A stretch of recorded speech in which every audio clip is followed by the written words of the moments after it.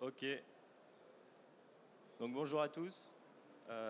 Nous voilà aujourd'hui avec Anne Cabrol, maître jardinier 2017, qui a remporté le concours du Carré des jardiniers en 2017.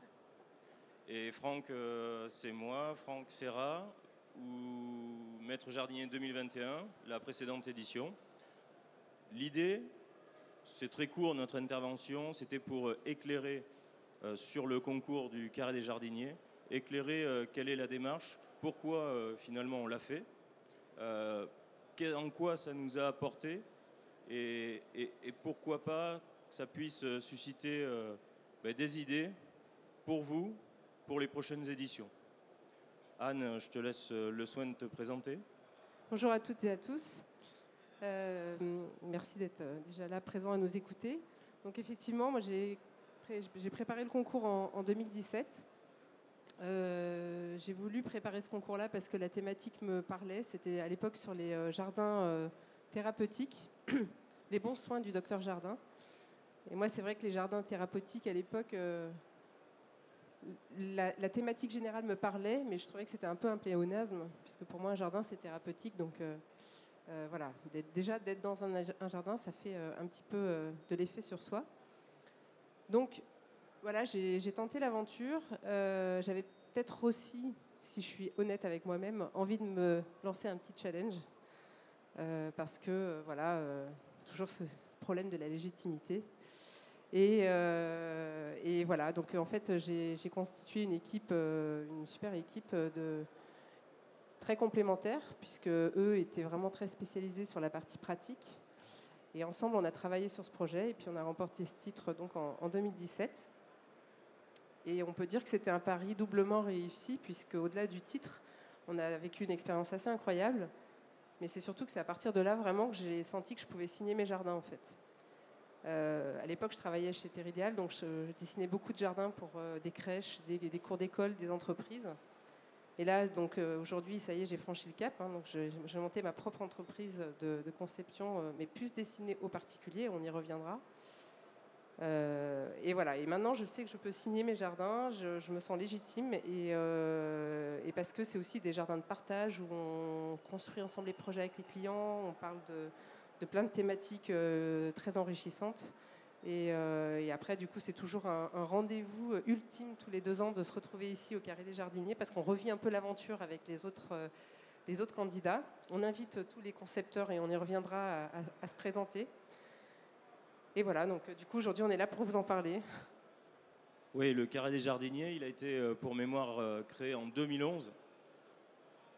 Tous les 2 ans, c'est le rendez-vous de ceux qui ont envie de donner pour notre métier, au travers de le faire pour nous-mêmes ou pour nos entreprises. On le fait également pour toute une profession. On le fait pour une profession parce que c'est vrai que souvent, notre métier, il est caché dans un jardin de particulier ou alors à destination du grand public pour la collectivité. Mais c'est aussi une bonne manière de montrer tout le sens créatif que nous sommes, nous, en tant que jardiniers paysagistes. C'est aussi créer de nouvelles tendances, de répondre aux enjeux d'aujourd'hui. On parlait de biodiversité souvent, c'est le thème de cette année. Eh bien, c'est ça aussi, c'est de répondre aux enjeux, être en phase avec le moment, susciter des vocations aussi.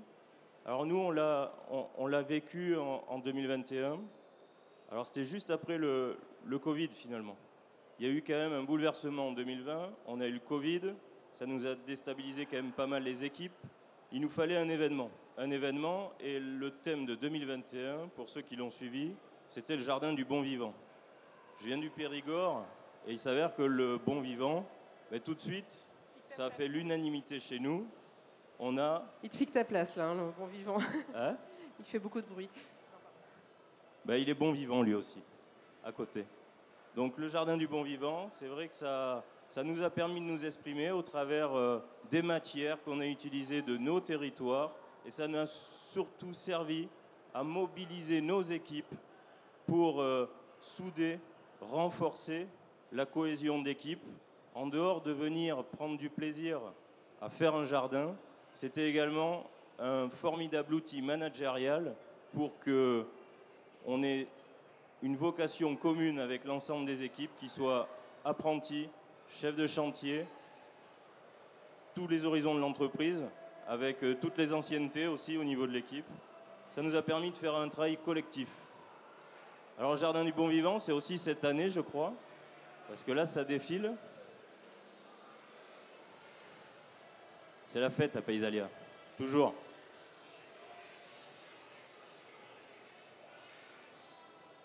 Donc cette année, le thème, c'était donc biodiversité. Évidemment, c'est un terme, c'est une thématique qui nous touche toutes. En tant que paysagiste, on esquisse des coins de jardin où évidemment la nature a sa place sous toutes ses formes. Et c'est vrai qu'on a aussi quelque part, tout comme on a un rôle de transmission auprès des établissements scolaires, et on a aussi un rôle pour justement instruire nos clients et ce devoir de les sensibiliser en tout cas à un jardin où chacun a sa place. Les insectes, les animaux, les plantes, les arbres. Tout à l'heure, alors je fais une réédite parce que tout à l'heure j'ai fait une petite présentation, un petit discours parce que j'ai eu ma médaille du mérite agricole et en fait j'expliquais que dans le monde des vivants, on a les insectes, on a les arbres, on a les animaux, on a l'homme avec un grand H. Et c'est Aristote qui a classé tout ce monde des vivants, sauf que lui, il mettait tout en haut de la pyramide l'homme sous prétexte que c'était le seul à réfléchir. Je pense que c'est une théorie à revoir parce qu'effectivement, voilà, on n'est pas les seuls à réfléchir, on n'est pas les seuls à vivre, on n'est pas les seuls à avoir notre place dans un jardin. Et je pense que ça, c'est hyper important pour nous, paysagistes, de sensibiliser les gens à ça. Chacun a sa place et on est là pour mettre en harmonie, pour respecter la nature, pour respecter le vivant avec des palettes végétales adaptées, une gestion de l'eau équilibrée, un retour à la biodiversité, mais que ce soit en milieu urbain, mais aussi dans la nature, il faut qu'on sache rester à notre place. Et ça, je pense que c'est super important. Et c'est un message vraiment, en tout cas, que moi j'ai envie de porter. Et je pense que quand on est passionné, parce qu'on a un métier quand même qui est passionnant, ben voilà, c'est quand même intéressant de pouvoir en parler ensemble et de favoriser tout cet équilibre. Ce que je dis souvent, c'est qu'on nous considère souvent comme des aménageurs. Je crois que notre métier est dévoué à ce qu'on devienne des ménageurs de l'espace du vivant, de faire avec cette nature et d'essayer de concevoir un maximum avec elle pour que dans son environnement, on ait les choix qui paraissent le plus pertinents par rapport à ce que l'on a sous les yeux. Et notre métier, c'est vrai qu'il, depuis une grosse dizaine d'années, on le voit. Ah, ils sont déchaînés là.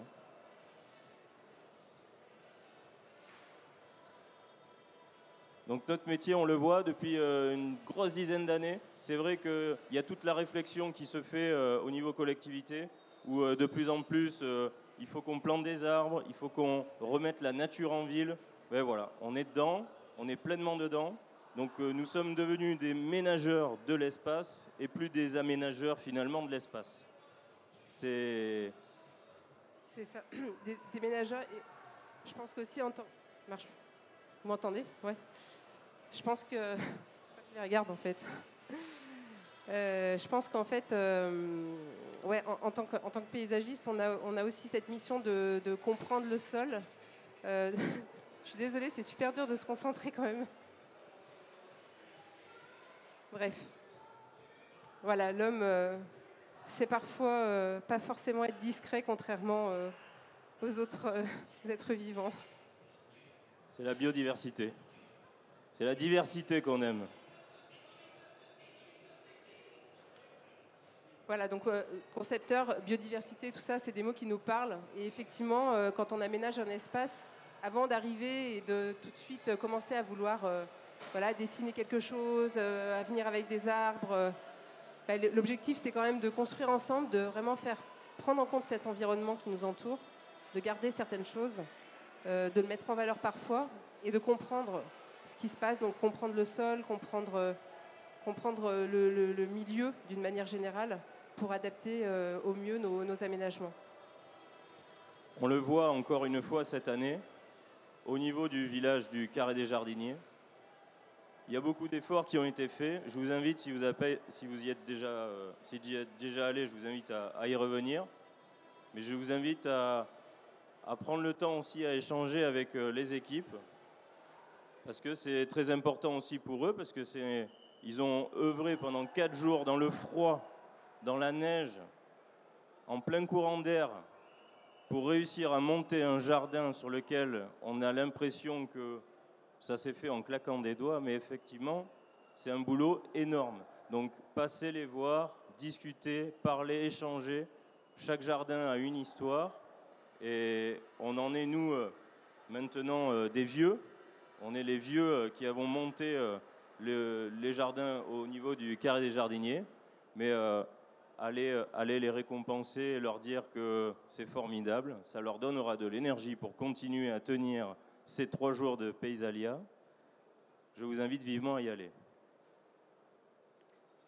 Bah moi aussi. N'hésitez pas si vous avez peut-être des questions à nous poser sur le concours ou sur d'autres thématiques. On est là pour répondre à vos questions aussi.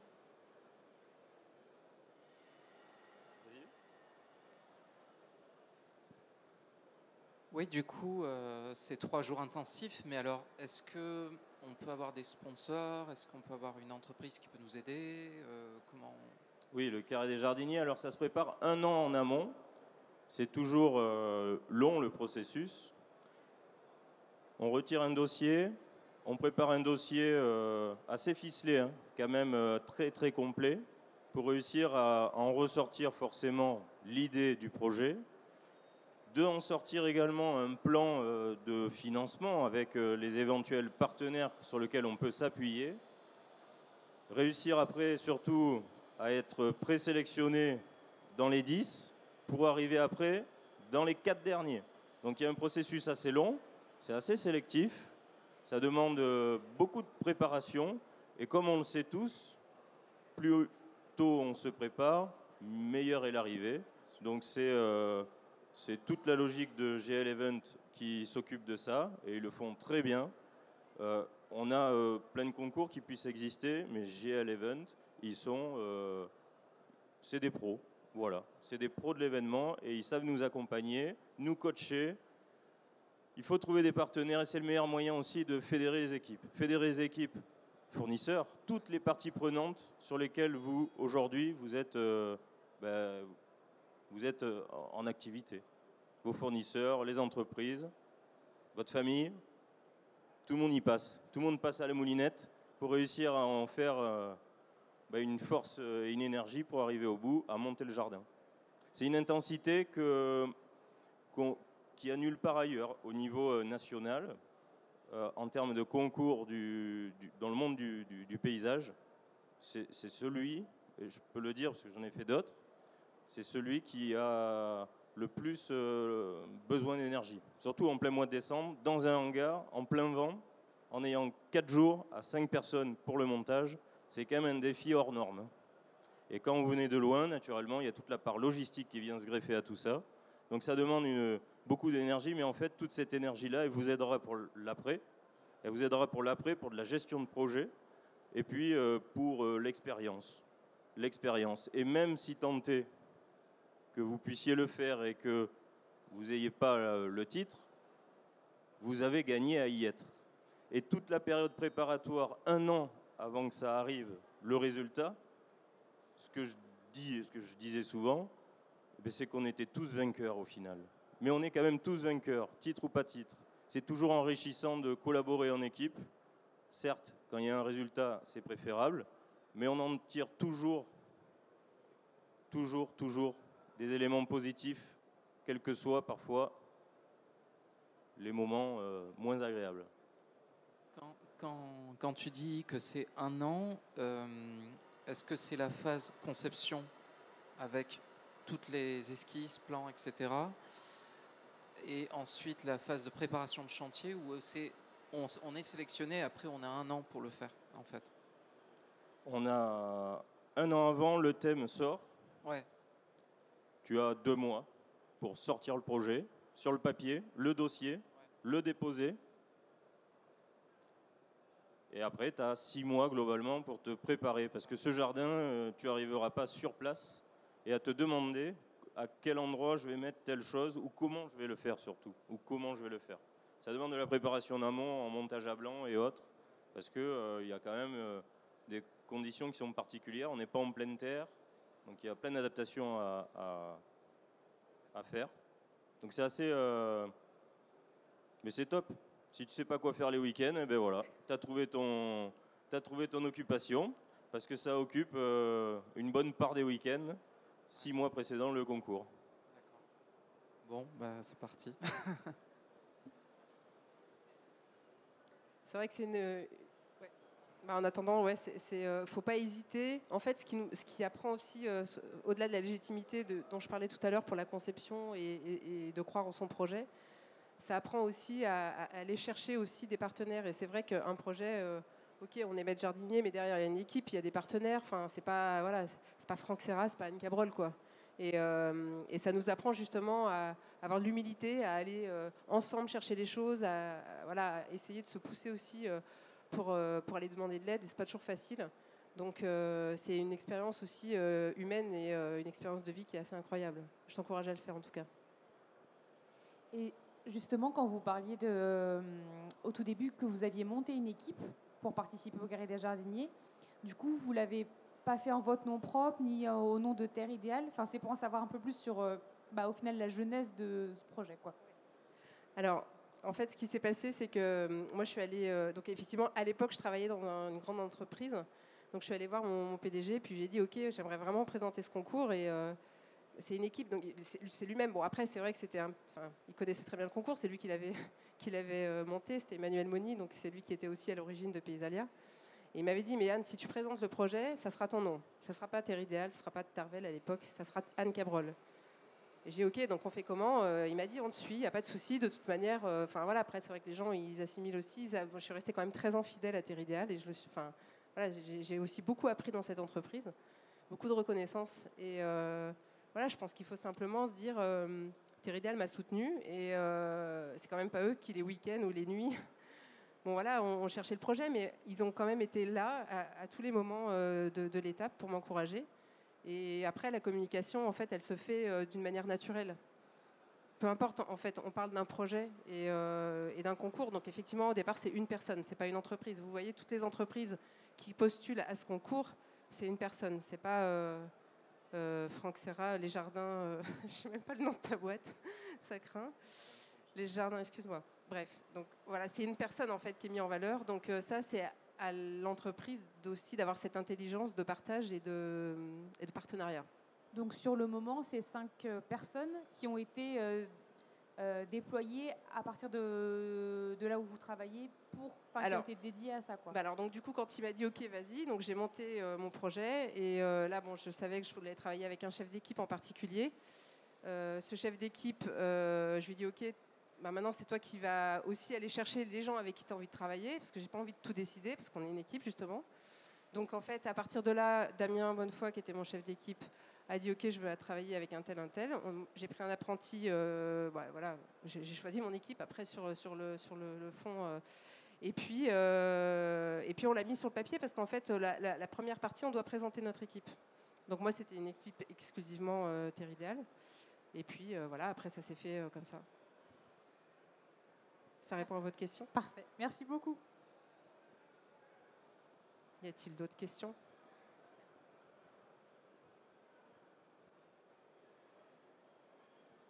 Pas d'autres questions? Pour revenir sur l'équipe, elle se construit aussi au travers de l'entreprise. Parce que là, du coup, tu te questionnais...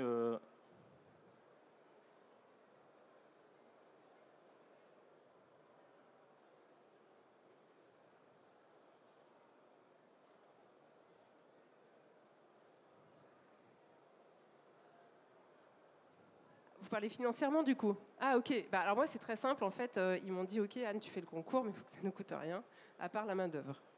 Donc c'est ce que je disais, on est allé chercher les partenaires et voilà, je ne vous cache pas qu'en s'appelant Terre Idéale c'est plus facile de trouver des partenaires. Bon voilà, c'est l'histoire, ok j'ai eu un petit coup de pouce de ce côté-là, mais J'ai pas eu que des partenaires fournisseurs, hein. Je suis aussi allée voir d'autres entreprises lyonnaises pour avoir des budgets financiers qui n'avaient rien à voir avec le paysage, et pour le coup c'est moi qui les ai convaincus. Donc en fait après il faut savoir vendre son projet. Donc j'avais préparé un petit dossier où j'expliquais la lisibilité qu'il pouvait avoir sur les réseaux sociaux, etc. Parce qu'on est d'accord que le Carré des Jardiniers c'est pas des stands de pub. Donc en fait pour mettre en valeur nos partenaires, faut redoubler d'idées, il faut être créatif. Et voilà, donc j'avais préparé un petit dossier où je pouvais parler d'eux, etc. Donc effectivement, il y a quand même, c'est pour ça que je parlais tout à l'heure de pousser, d'aller chercher de l'aide, de l'argent en plus. C'est quand même pas si facile. Mais avec de la volonté, on pousserait. Franchement, quand on veut quelque chose, et c'est pour ça que, moi en tout cas, s'il y a un message que j'ai à vous faire passer, c'est que quand on croit en notre projet, mais il n'y a rien qui nous retient, quoi. Et en tout cas, moi je suis comme ça. Mais quand j'ai décidé quelque chose, que j'ai vraiment envie de l'avoir, et on sait trouver les mots quand on a un beau projet. Donc il faut juste croire en fait en son projet. Et ça, c'est le plus difficile. Mais on y arrive toujours parce qu'on y croit, on le fait, on y croit. En fait, on a vendu un projet sur le papier, et après, quand tu es retenu, il faut assumer. Donc, tu es obligé d'y croire à 100%, et donc du coup, ça te décuple ton énergie, et ça te fait trouver des idées ou même des volontés de pouvoir travailler. Aujourd'hui, nous, on a fait des connaissances. Je vois Eric, qui est là, fibre verte, au niveau des paillages qui sont multiples, qui étaient partenaires sur le Carré des Jardiniers. Mais ça nous fait faire des connaissances également à travers nos partenaires. Et on s'en souviendra toujours, on va dire. On s'en souviendra toujours. Et si un jour, il y a une chose qui arrive proche de chez eux, qu'on est acteur de ce projet-là, on saura penser à eux. C'est inévitable. Après, les éloignements font que, parfois, c'est délicat. Mais à la fois, réunir l'ensemble de la profession, et ça passe par nos fournisseurs. Nous, on avait sollicité aussi notre assureur, on avait sollicité tous ceux à qui on donnait de l'argent, finalement, depuis 15 ans. Voilà, très simplement. Et puis, finalement, quand vous demandez rien et que vous n'êtes pas chiant non plus avec vos fournisseurs, quand vous leur demandez simplement, leur présentant votre projet, ils ont du mal à vous dire non. Même si parfois il y en a qui pourraient tordre du nez. Mais quand vous leur dites que quand même, ça serait dommage. Hein. Et donc ça finit toujours, on arrive toujours à joindre les deux bouts. Mais en fait, il ne faut pas imaginer que c'est un investissement financier, c'est un investissement en fait sur la longueur. Alors à un moment donné, c'est l'hémorragie parfois. Il manque ci, il manque ça, donc forcément, financièrement, Mais c'est un investissement qui est dans la longueur. Ce n'est pas juste le temps de Paysalia et le Carré des Jardiniers, c'est pour une durée. Et il faut savoir bien l'utiliser dans la communication en amont et en aval pour réussir à tirer sur la longueur, finalement, de l'investissement qui est généré. Et c'est un outil de com. Ça ne coûte pas plus cher qu'un 4x3 ou qu'une carte de visite que l'on distribue en masse, ou un flyer répété 2 ou 3 fois dans l'année. Donc à un moment donné, c'est un événement qui est physiquement en place, et ça a plus de sens finalement. Ça a plus de sens. Et puis vous le garderez toujours. Vous le garderez toujours en vidéo. GL Event, ils sont forts. Ils sont bons. Sur les événements, ils sont bons. Donc finalement, on a des vidéos, on a tout un package complet. Et puis c'est aussi un investissement sur la longueur, mais une formation. Une formation à manager une équipe dans l'épreuve. Parce que c'est la guerre, hein, le Carré des Jardiniers. On est en guerre sur 4 jours et 6 mois précédemment. Donc c'est apprendre à manager en situation de crise. Parce qu'il n'y a pas que le Covid en crise. Il n'y a pas que ce qu'on a actuellement. Il y a aussi des fois où il y a des intensités. Et c'est un super exercice. En tout cas, aucun regret. Et vous voyez, c'est ces sourires-là qu'on aime, parce que vous voyez, Tommy qui est devant moi, il était dans l'équipe du Carré des Jardiniers. Je crois que pour ceux qui étaient là, ils s'en souviennent encore.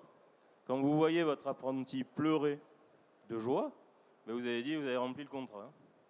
Déjà, c'est intéressant. Mais pour eux, ça leur met des étoiles dans les yeux. C'est juste génial. Ça, c'est la meilleure des récompenses. Je suis d'accord. Je voudrais rajouter aussi, surtout toi, Franck, en fait, parce que moi, j'avais essayé de le faire, mais ça avait été un peu compliqué, parce que gros volume, mais il y a aussi la notion de réutilisation, c'est-à-dire que ce jardin-là, vous pouvez le réutiliser, vous pouvez le replacer ailleurs, vous pouvez le vendre aussi, ou le donner, faire un don, enfin peu importe. Mais il y a aussi cette connotation parce qu'on est dans de l'éphémère là, clairement. Je veux dire, on est sur du salon, du coup, c'est de la surconsommation. Enfin, on se dit ouais, mais non, moi, c'est pas ma vision des jardins. Ben, en fait, ça dépend, parce que finalement, les arbres, vous pouvez les replanter, les végétaux, vous pouvez les réutiliser, les structures, vous pouvez les remettre en place ailleurs. Et en fait, il y a quand même cette notion justement qui est un petit peu différente, de se dire ok, ben, c'est un jardin qui finalement va trouver sa place et va évoluer après dans un autre lieu.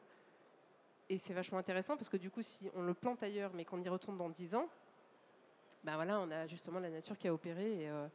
Et la magie du concepteur, c'est aussi ça, c'est de se dire, ben, on dessine quelque chose, mais dans 10 ans, il évolue pas forcément comme nous, on l'a dessiné. Et c'est intéressant aussi de se dire que bah, c'est une histoire qui commence mais qui vous change la vie. Et quand elle vous change la vie, c'est aussi par ce biais-là, quoi, finalement.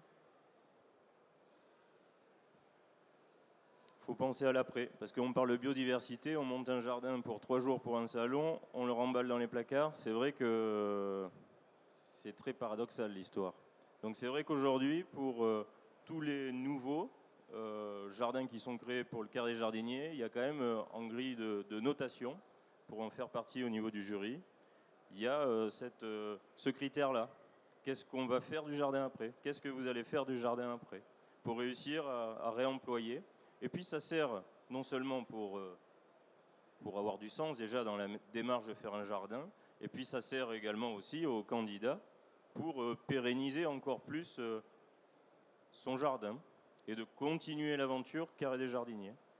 Donc finalement, le Carré des Jardiniers, ça vous suit pendant 1 an de préparation et quasiment 1 an, le temps qu'ils finissent sur un espace sur lequel il pourrait être remonté, et puis parfois plus.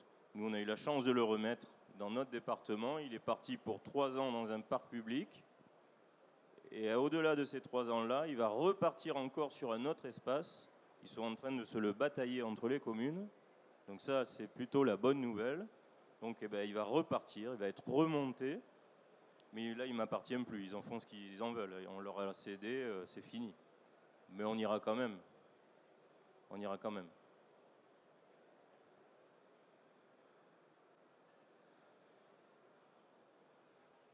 Et du coup, de différents concours que vous avez faits, alors c'est peut-être pas très diplomatique sur le salon Paysalia, mais il y a d'autres concours qui sont intéressants, qui vous ont plu, marqué ou qui ont été enrichissants?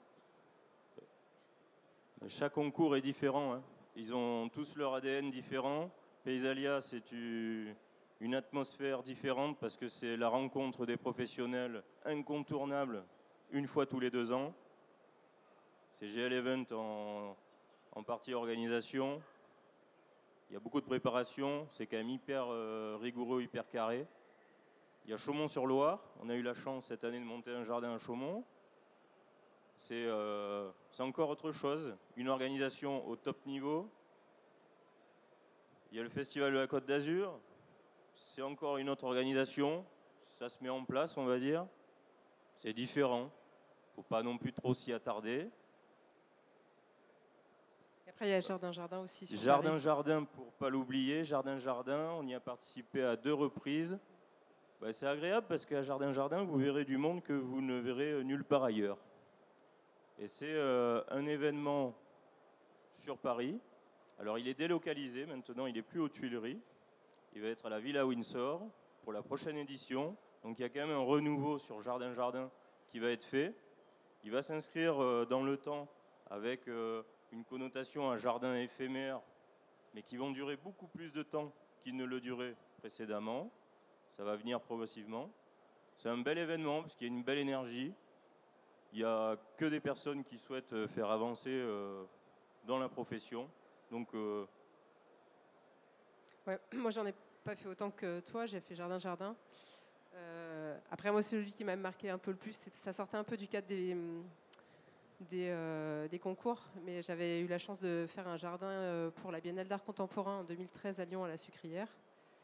Et là, c'est vrai que c'est différent parce qu'on est dans une connotation artistique voilà, qui prend, en tout cas moi qui me touche aussi, plus parce qu'on est dans un lieu aussi assez incroyable. À l'époque, c'était à la Sucrière.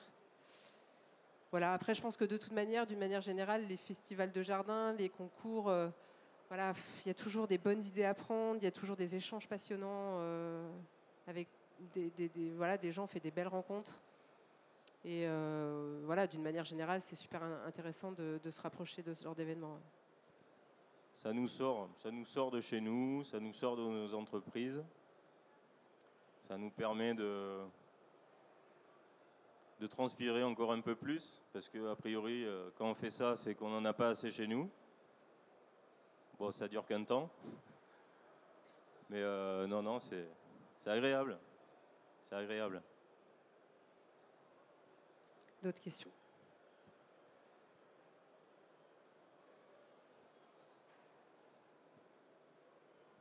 Merci beaucoup pour votre écoute. Bon, en tout cas, engagez-vous, il faut y aller. Il faut y aller à fond. N'oubliez pas, sur un malentendu, ça peut marcher. C'est ce qu'on dit.